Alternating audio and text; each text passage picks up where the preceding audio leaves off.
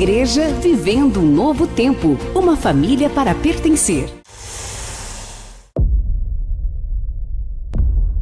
Evangelho de Lucas, capítulo de número 7, é a palavra que Deus colocou no meu coração, para ministrar ao seu coração nessa noite, em que Deus já se faz presente aqui, de uma forma tão especial. Que você agora se desligue de tudo e que você consiga ficar sensível à voz de Deus, para que Ele fale com você. Lucas capítulo 7, a partir do versículo 36, é onde nós faremos a leitura nessa noite.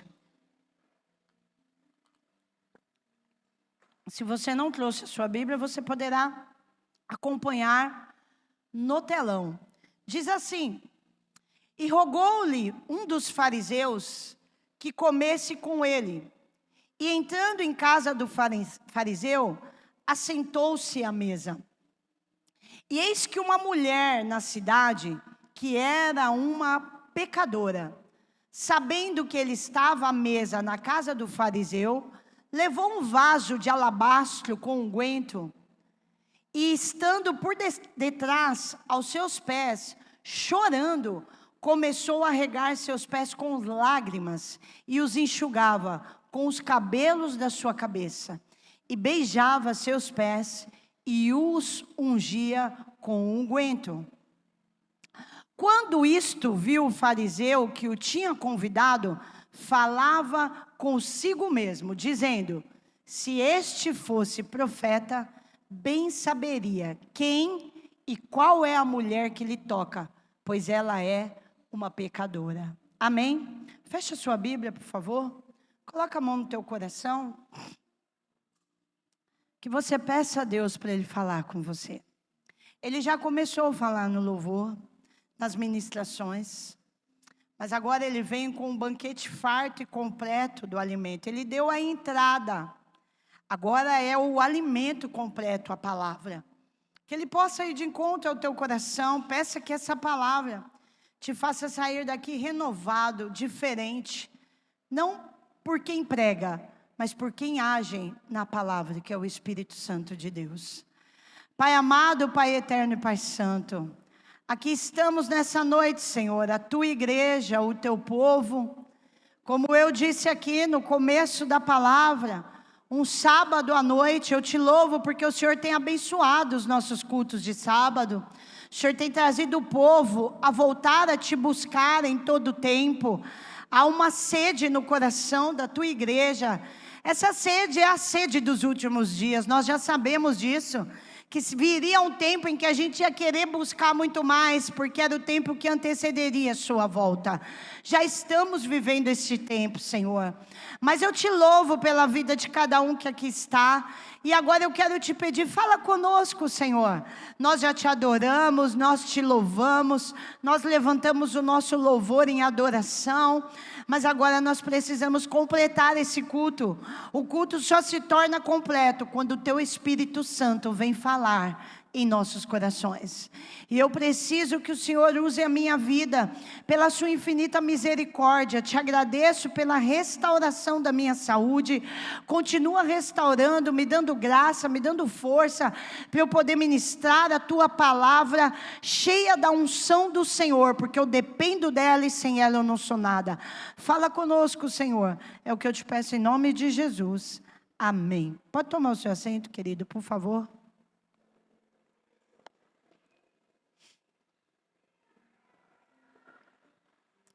Esse texto que nós lemos, ele é um texto muito emocionante.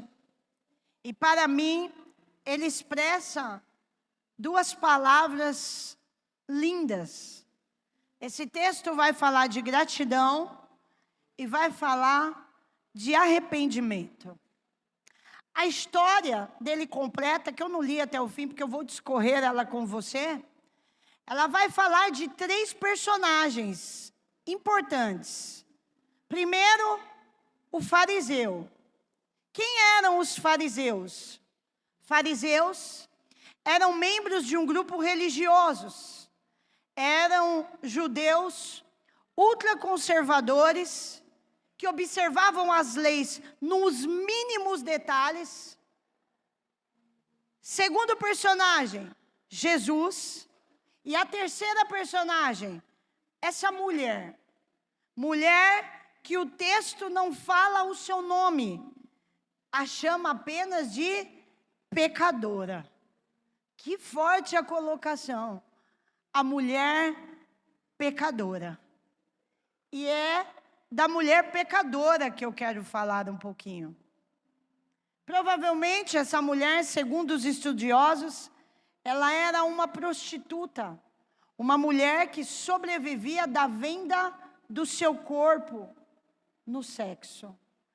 E essa mulher pecadora, para mim, é uma das personagens mais incríveis da Bíblia. Existem muitas mulheres pecadoras e incríveis. Raabe é uma mulher pecadora no Antigo Testamento, que fazia a mesma profissão dessa, e foi uma mulher extraordinária.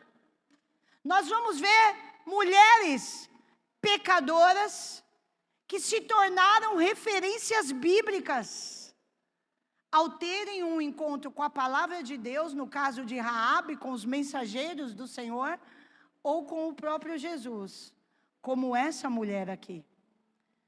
Mas vamos ao texto para você entender.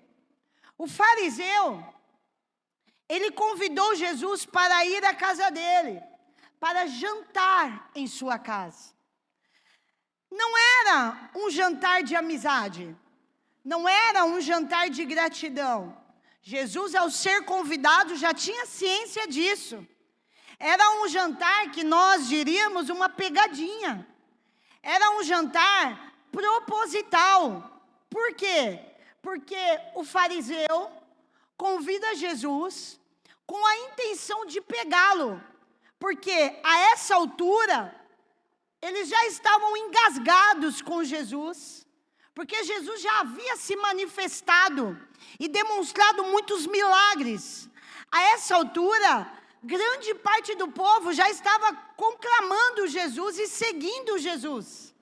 E os fariseus estavam muito bravos com isso, porque ele se dizia ser o Messias, estava convencendo as pessoas a isso, levando muitos aos caminhos da salvação.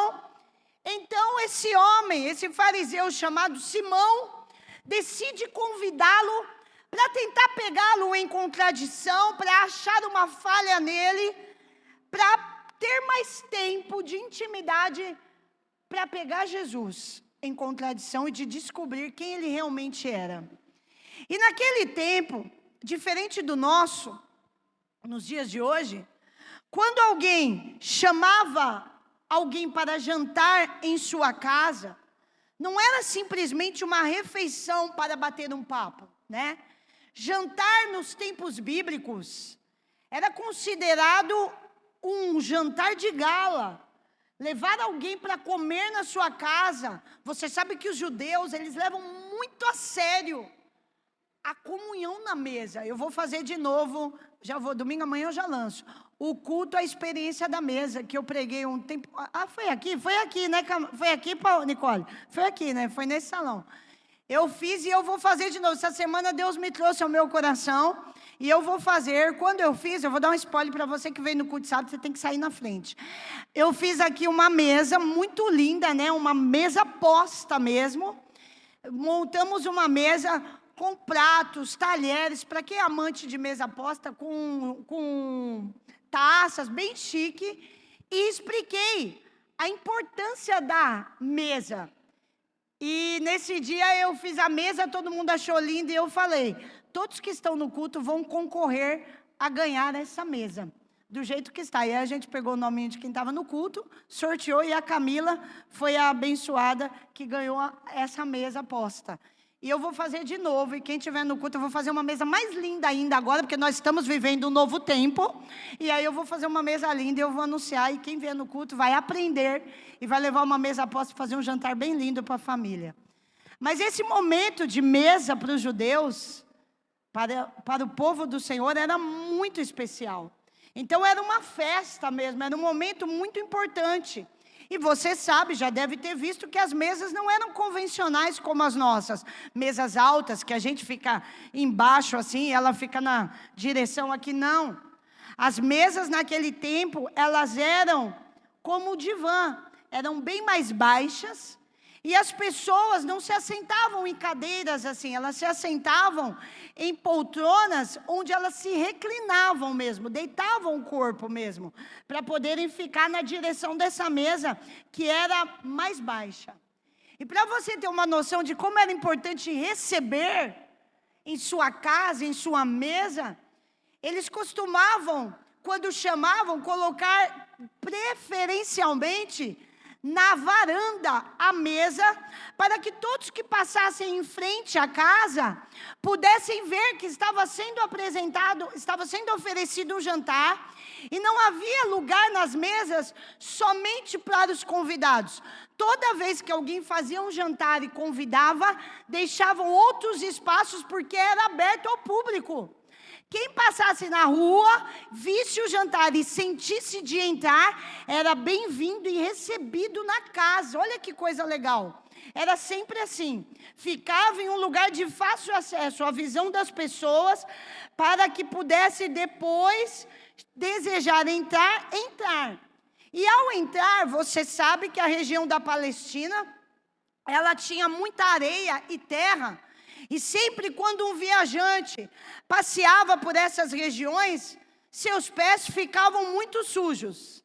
Então, quando esse convidado chegava à porta dessa casa, já havia ali um servo, e era de praxe, era ordenança de uma boa hospitalidade, ter um servo na porta com uma bacia para lavar os pés deste convidado. Então o convidado chegava, assim que ele chegava na porta, o servo já parava, tirava o chinelo, a sandália, lavava os pés, enxugava e mandava o convidado adentrar ao recinto onde estava sendo oferecido o jantar. Em segundo lugar, logo em seguida, assim que o convidado entrava com os pés limpos, ele ia até o anfitrião, e o anfitrião lhe dava um beijo na testa, um ósculo santo, simbolizando: seja bem-vindo ao meu lar, boas-vindas. E para finalizar, ungia a cabeça desse visitante, abençoando a entrada dele, que simbolizava respeito à sua pessoa e ao ele adentrar a sua casa. Nesse contexto, Jesus aceita o convite para ir à casa de Simão. E quando Jesus chega, não está nem o servo, Simão não o recebe, não o beija e não o unge. Você leu comigo, se não leu, está no contexto. Não faz nada disso para ele. E Jesus depois cita isso. Mas, após Jesus adentrar e sentar, não há um clima agradável. Por quê? Porque existem outros judeus lá também, doutores da lei também, fariseus. Foi armada uma emboscada para Jesus. O clima está pesado. Sabe aquele lugar que você vai e você percebe que, meu Deus, não devia nem ter vindo? Jesus senta e o clima está hostil, pesado, estranho. E Jesus senta, meio constrangido, alguns conversam entre si, outros entre si, Jesus está sentado, e de repente todos começam a olhar em direção à porta. Algo atrai a atenção de todos, e quando Jesus vai virar para ver o que estão olhando, ele se assusta, porque de repente uma mulher cai aos seus pés. Jesus está atônito, sem entender, todo mundo começa a olhar assustado, de cara feia. Era ela, a pecadora que naquele dia soube que Jesus estava na casa de Simão. E ela pensou: eu preciso ver ele, eu preciso estar com ele. E pelo desfecho do texto, isso nos faz entender que não é a primeira vez que ela conhece Jesus ou tem um encontro com Jesus. Aquele dia foi uma oportunidade de tê-lo por perto. tão foi preparado que ela vai levando um vaso de alabastro, um vaso de mirra, de perfume, ela prepara tudo para levar. E ela entra, ela não fala com ninguém, ela só se prostra aos pés de Jesus. E quando ela se prostra, todo mundo olha, a reconhece, todos sabem quem ela é. Ela não se importa com nada, a única coisa que ela faz é se derramar aos pés de Jesus e começar a chorar. Ela invade aquele ambiente, sem vergonha, sem medo, sem constrangimento, sem pensar se ia ser expulsa ou criticada. Ela entra sem falar nada e cai aos pés de Jesus com aquele vaso nas mãos. Porque ela disse, é a minha oportunidade de estar aos pés de Jesus. É a minha oportunidade de me deparar diante dele. E ela começa a chorar. Era um choro da alma, era um choro cheio de emoção, era um choro cheio de dor. E ela começa a regar os pés de Jesus com as suas lágrimas. Lágrimas que tinham tantas palavras contidas nelas. Lágrimas de arrependimento, lágrimas de reconhecimento.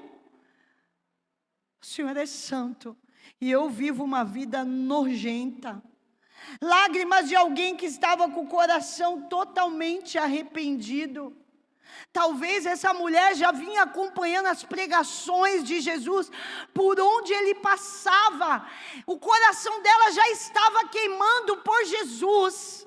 E nessa noite tem pessoas aqui que têm acompanhado Jesus também, têm acompanhado nas redes sociais, têm acompanhado o louvor, têm acompanhado uma igreja legal. Teu coração está queimando por um encontro com Jesus.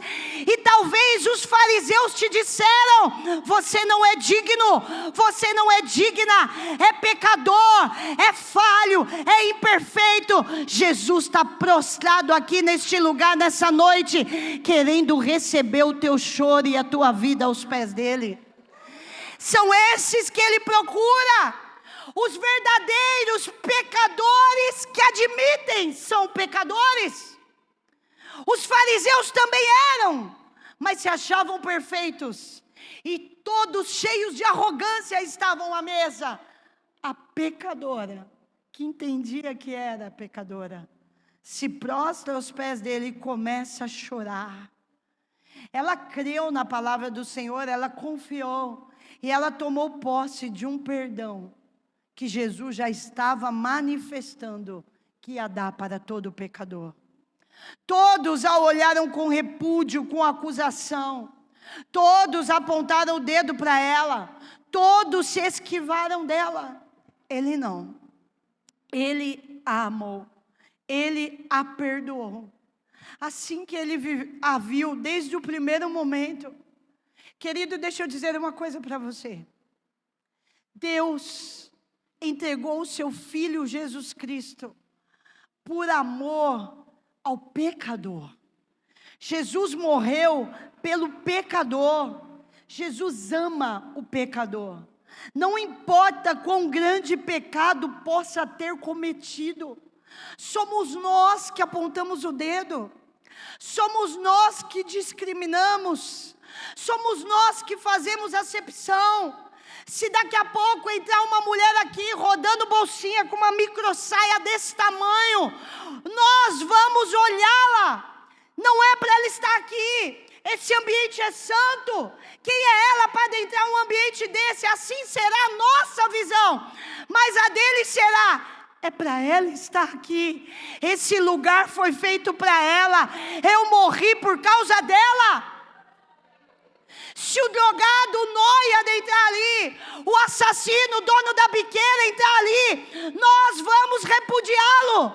Mas Jesus vai amá-lo e vai desejar que ele permaneça aqui. Ouça a palavra de amor e o amor invada o coração dele e ele seja transformado, porque o amor de Jesus transforma o pecador. Ele ama o pecador e ela estava arrependida. E onde há arrependimento, há perdão. Não importa o que ela fez, não importa quantos homens ela se deitou, o que importa é que ela gritou: eu não quero mais essa vida, eu estou com nojo de mim, eu preciso de uma nova vida, e Jesus pode me dar. Foi esse grito que eu dei, foi esse grito que você deu, quando a bebida estava te escravizando, quando as noitadas não preenchiam a sua alma, quando você estava igual louco no mundo: eu não aguento mais essa vida, eu não quero mais isso para mim. Aí você veio igual ela aos pés de Jesus, Ele te amou, e o amor dele te libertou dessa vida que você vivia, da vida que eu vivia.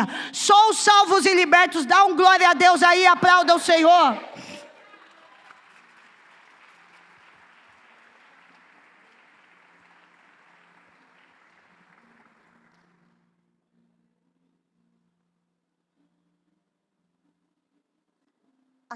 Aquele ato de humilhação e aquelas lágrimas eram como se ela dissesse: você me amou, me perdoou, e eu preciso viver uma nova vida.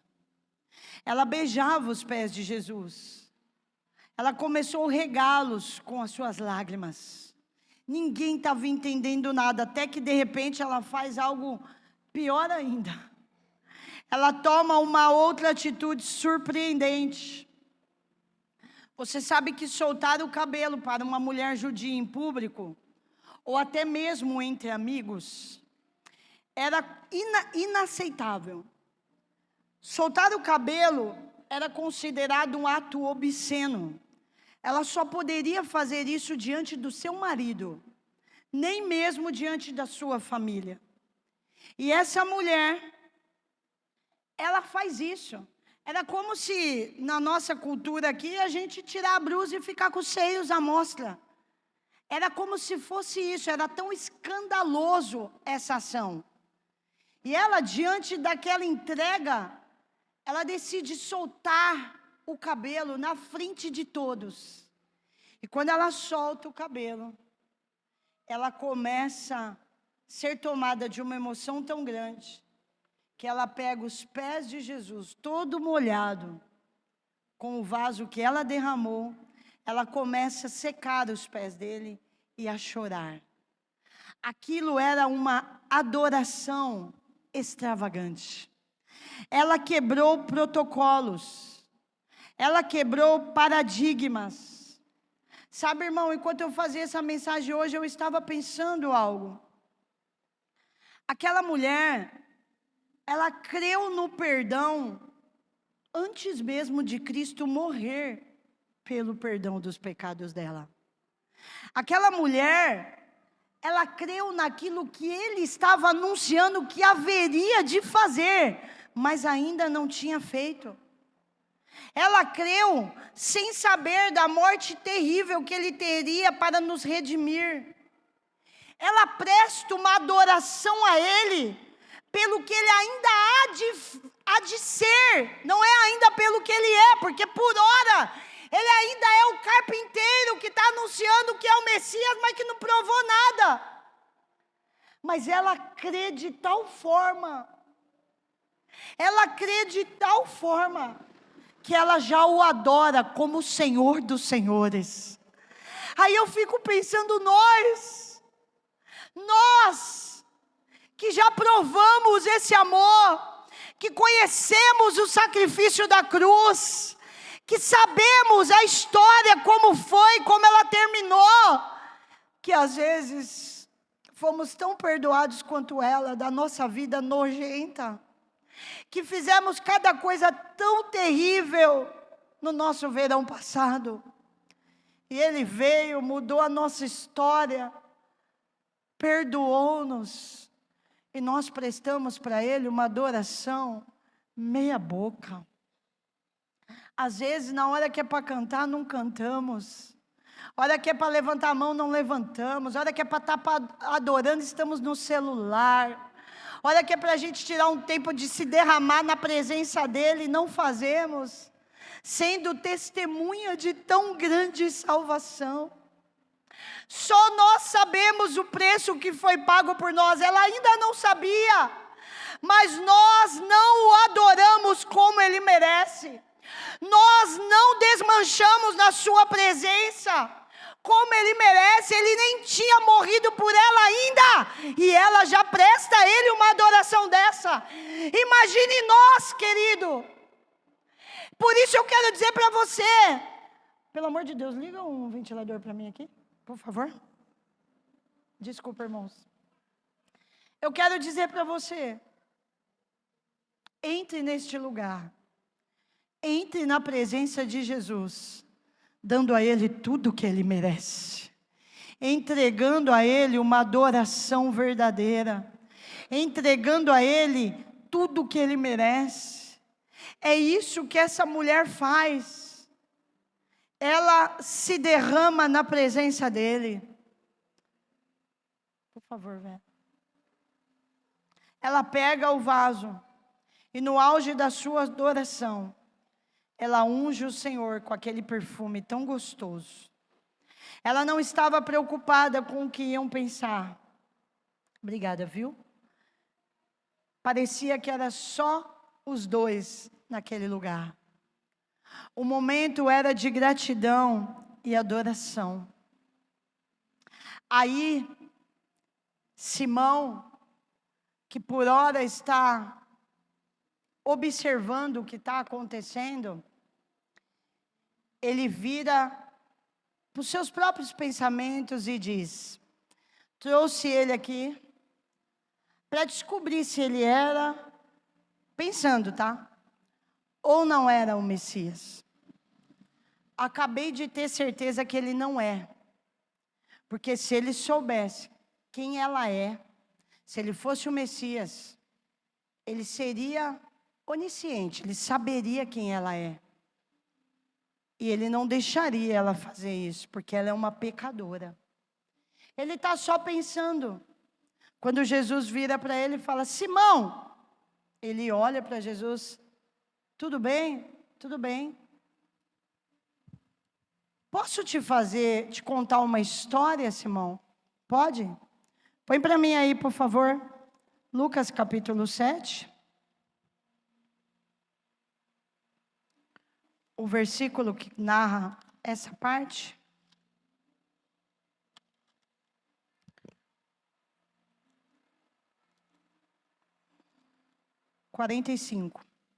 Desculpa, 41. Do 40 em diante, diz assim: dirigiu-se Jesus, o 40, dirigiu-se Jesus ao fariseu e lhe disse: Simão, uma coisa tenho a te dizer. Ele respondeu: dize-a, mestre. Certo credor tinha 2 devedores. Um lhe devia 500 denários e o outro 50. Não tendo nenhum dos 2 com o que pagar, ele perdoou a ambos. Qual deles, portanto, o amará mais? Respondeu-lhe Simão: suponho que aquele a quem mais perdoou, não é? Aí Jesus respondeu: julgastes bem. E voltando para a mulher, olha o que Jesus fala: vê esta mulher, nas minhas palavras, eu sei quem ela é. Você está indagando aí no teu pensamento, eu sei quem ela é. Porém, eu entrei em tua casa e não me deste águas para os meus pés. Ninguém lavou o meu pé. Esta, porém, regou os meus pés com lágrimas e os enxugou com os seus cabelos. Eu entrei na tua casa, não me deste ósculo. Ela, entretanto, desde que entrei, não cessa de me beijar os pés. Você não me ungiste a cabeça com óleo, mas esta, com bálsamo, ungiu os meus pés. Por isso te digo, vira para ela, perdoado lhe são os seus muitos pecados, porque ela muito amou. Mas aquele a quem pouco se perdoa, pouco ama. Então, virando-se para a mulher, disse: perdoados são os seus pecados. Aí ele termina dizendo: os que estavam com ela à mesa começaram a dizer entre si: quem é este que a todos, quem é este que até perdoa pecados? Versículo 50. Mas Jesus disse à mulher: a tua fé te salvou, vai-te em paz. Fé no quê, querido? Diz para mim. Fé no sacrifício que ela só ouviu falar, mas que ela não viu acontecer. Essa mulher tinha uma fé de que ele ia perdoar os pecados dela, ainda antes de morrer na cruz do Calvário. Ela já sabia que ele era o Senhor. Ela já sabia que ele era o Redentor da humanidade. Ela creu que ele era o Messias. Ela sabia que ele podia dar uma nova vida para ela e perdoar a vida dela de todos os muitos pecados. E essa salvação que alcançou a vida dela é a salvação que nos alcançou. Você não pode esquecer do quanto Ele te amou e da dívida, do pecado tão grande, ou dos pecados, os muitos, que Ele apagou, que Ele cancelou da sua vida. Toda vez que você entrar na presença de Deus, seja em um culto, seja na tua casa, você precisa ter a mente que essa mulher tinha. Eu estou indo na presença do Senhor dos Senhores. Eu tenho que prestar um culto de adoração a Ele, porque Ele muito me amou. Ele não pouco me amou, Ele muito me amou. Ele muito me perdoou, Ele muito me lavou, porque ela sabia da vida que ela vivia. Você lembra da vida que você vivia, meu irmão? Ou você só se vê hoje nessa vida salvo, liberto, com uma família, e se esquece que por causa que Ele cruzou o teu caminho naquela vida podre, desgarrada, hoje você pode desfrutar dessa vida. Nós precisamos melhorar a nossa adoração. Nós precisamos aprender como se adora de verdade. Nós estamos muito engessados em oferecer a Ele uma adoração espontânea, uma adoração extravagante. Quantas vezes nós adentramos no culto, isso já aconteceu muitas vezes comigo. Teve culto de eu estar ali, ter um desejo enorme de dobrar o meu joelho no meio do culto, pôr minha cara no chão. Eu adoro fazer isso. Se eu fizer isso aqui agora eu caio, porque eu estou tontinha. Mas até para baixar eu estou ficando tonta. Mas eu adoro ajoelhar e colocar a cabeça no chão assim. E quantas vezes eu senti vontade de fazer isso, eu ficava, mas vão achar que eu estou me aparecendo. Aí o pessoal fala, a pastora está se aparecendo. Quantas vezes eu dou uns gritos, quero levantar a mão, quero dar... E fico, mas o que vão pensar de mim? Vamos aprender com essa mulher.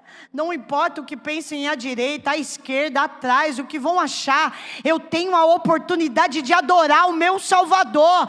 E nada vai roubar essa oportunidade da minha vida.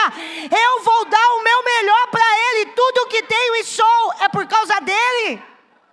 Venha desprendido, venha disposto a se entregar, entrega um louvor de verdade, entrega uma adoração de verdade, presta um culto de verdade para Ele, irmão, porque nós temos uma rica oportunidade, adorar ao Senhor, exaltar ao Senhor, estar na presença do Senhor.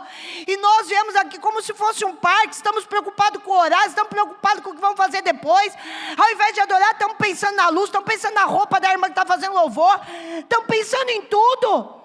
Aquela mulher se desligou de tudo, ela deixou tudo de lado, porque ela sabia do amor que ela estava vivendo por Jesus. Ela sabia do tamanho do perdão que ela ia receber, irmão. Quando a gente lembra quem nós éramos, o que Ele fez na nossa vida, não dá para dar qualquer culto para Ele. Não dá para ouvir um louvor desse que a gente cantou, tudo que tenho e sou, derramou seus pés, irmão do céu. Onde você estava? Em um sábado, 9 e 10 da noite, quando você não conhecia Jesus? Onde você ia estar nessa hora, irmão? Você, mulher, com quanto você já ia ter se deitado? Quantos já teria passado a mão, feito o que quisesse? Quantos homens casados você já saiu? Quantos casamentos você destruiu? O que você estava fazendo da sua vida? Você, homem, já devia estar caído na sarjeta. Sua mulher indo te buscar, seu filho vendo isso. Mas hoje, olha onde você está, mulher. Lavada e remida pelo sangue de Jesus. Toda a condenação que estava sobre você, Ele dizimou, Ele apagou, porque Ele disse: nenhuma condenação há para aqueles que estão em Cristo Jesus. O apóstolo Paulo disse. Hoje você anda por aí de cabeça erguida, porque o teu passado não te representa mais. Hoje, homem, você passa na mesma rua que outrora te viam com uma garrafa de pinga na mão. Hoje eles te veem com a Bíblia na mão, andando por aí, vestido de diácono, vestido com a camisa de Jesus, adorando ao Senhor. E que tipo de louvor você tem dado para o teu Salvador? A gente pensa que Jesus não repara essas coisas. Ele narra em detalhes para Simão. Entrei na tua casa, você não me ofereceu nada, você não me deu nada. E ela simplesmente me deu tudo. Nem foi pelo vaso, pelo gasto do unguento derramado. Foi pela adoração oferecida. Eu preciso te dar a oportunidade de você corrigir a sua adoração. Que grupo mais atento esse, hein? Gosto assim, eu gosto assim. Vamos nos colocar de pé? Você quer corrigir a sua entrada neste lugar? Você quer melhorar a sua entrega ao Salvador da tua alma? Você quer oferecer um período diferenciado? Você tem coragem? Queria tanto poder ajoelhar aqui agora, colocar minha cabeça no chão, derramar as minhas lágrimas e agradecer por tudo que Ele fez na minha vida. Ele fez tanto por mim. Se você pode, faça. Se você consegue levantar sua mão. Talvez alguém aqui que tem uma dificuldade, não pode erguer as mãos, você pode. Talvez alguém que está com problema, não pode dar um glória em voz alta, você pode. Vamos melhorar a nossa entrada na presença dEle, igreja. Vamos melhorar a nossa adoração a Ele, igreja. Ele não aceita qualquer coisa, Ele não aceita resto, Ele não aceita descaso, Ele não aceita meia boca, Ele quer uma adoração genuína e completa. Você grita para o teu time, você pula para o teu time, você rodopia pelo teu time, você cai no chão, você faz tanta coisa, mas para Jesus é uma adoração disfarçada, é uma adoração contida, porque eu não posso manifestar o que sinto, eu não posso demonstrar. Então nessa noite, Ele está procurando pecadores e não Simãos. Ele está procurando pecadores arrependidos e dispostos a oferecer uma adoração genuína. Eu quero convidar você a fechar os seus olhos agora. Esquece esquece a igreja, fecha o olho, fecha os olhos. Quanto tempo faz que você não chora no louvor, porque você tem vergonha? Você fica preocupado que o teu marido vai te julgar, tua mulher vai te julgar, vai falar, ela vai ficar falando, Deus está fazendo isso, vai tirar sarro, vai brincar, vai rir.